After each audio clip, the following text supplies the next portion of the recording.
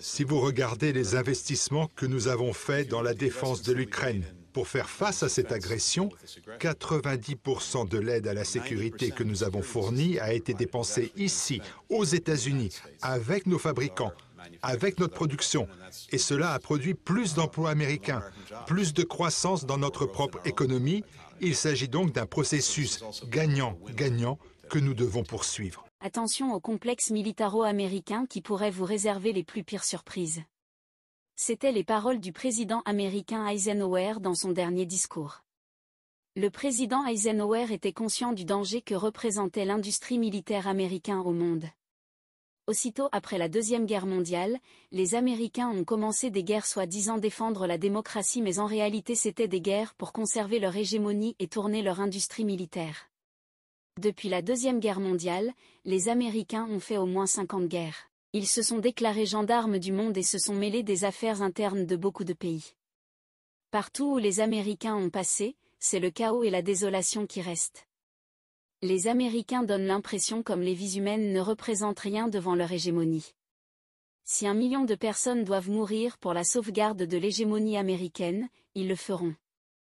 Il faut noter que les Américains sont des profiteurs de guerre.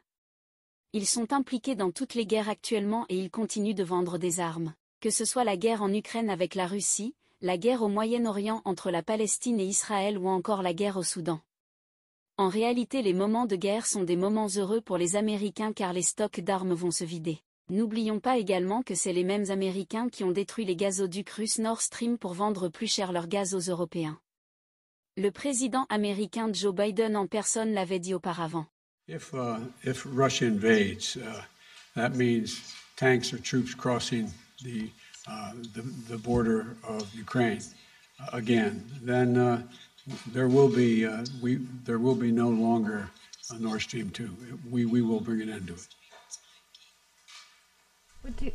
How will you do that exactly? Since the project and control of the project is within Germany's control. We will, I promise you, we'll be able to. Malheureusement, cette situation triste va encore durer car les Américains fonctionnent toujours comme ça.